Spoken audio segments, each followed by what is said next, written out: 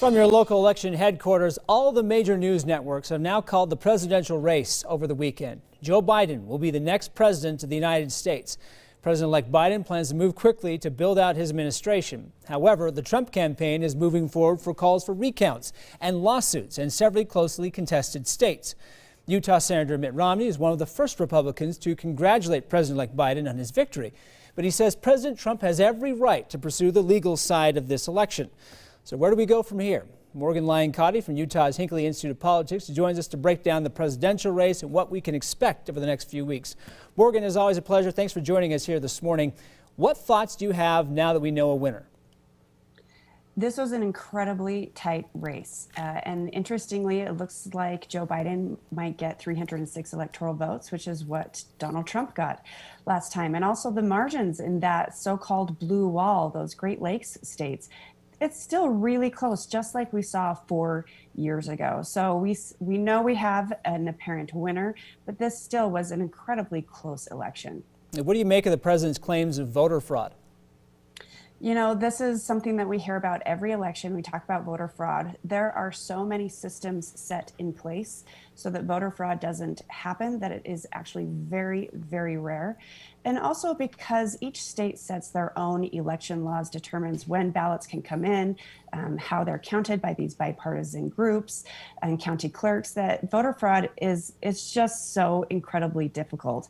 And also some of these places where he's claiming voter fraud, it's actually Republican secretaries of state or lieutenant governors that are managing those elections. Yeah, I think one of the things to note with this so far is like you're hearing from the Republicans now this morning, Mitt Romney among them, saying like, look, if there is fraud out there, let's make sure we give the president his full due to make this happen. But at the same time, we are getting no evidence that that has existed. Yeah, no evidence. And they also don't want to delegitimize those down ballot races. We're seeing that Republicans actually did better in both the U.S. House and Senate than was expected. And so we don't, the president doesn't want to delegitimize that. He wants to make sure that those Republicans can still take their seats and be seen as fair elections. So let's say that Biden remains the president-elect, which of course, barring any of those lawsuits we're talking about. What are we hearing from Biden about the changes he'll make? I think he really wants to focus on science right now. That was one of the things he talked about during his speech on Saturday night, talking about that commission to really get COVID-19 in hand. And interestingly, that was really the only policy issue he talked about. While a lot of president-elects talked about their mandate for all their policy changes, Biden really just talked about bringing the country together, to unify things, to try to get rid of some of the partisan rancor that is just so intense right now. Yeah, we do have our nation divided right now. I want to get to Utah's race before I let you go. Utah's 4th congressional district race between Ben McAdams and Burgess Owens. Where does that stand this morning? Burgess Owens has a slight lead. We've seen this as already seesawing since Election Day, back and forth as election results come in. One of the things I'm watching for is how those ballots, which candidate performs better with those ballots that were mailed in late in the process, and especially with those provisional ballots. Provisional ballots are people who register to vote primarily on Election Day, and so their ballot is seen as provisional until everything is confirmed. Last time, Ben McAdams performed really well with those provisional voters over Mia Love. So that's what I'm seeing. That's what I'm watching this time to see if that puts him over the top again.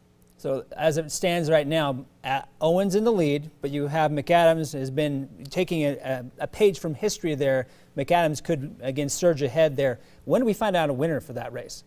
When those votes are counted, we still have tens of thousands of votes left, especially in Salt Lake County for this race.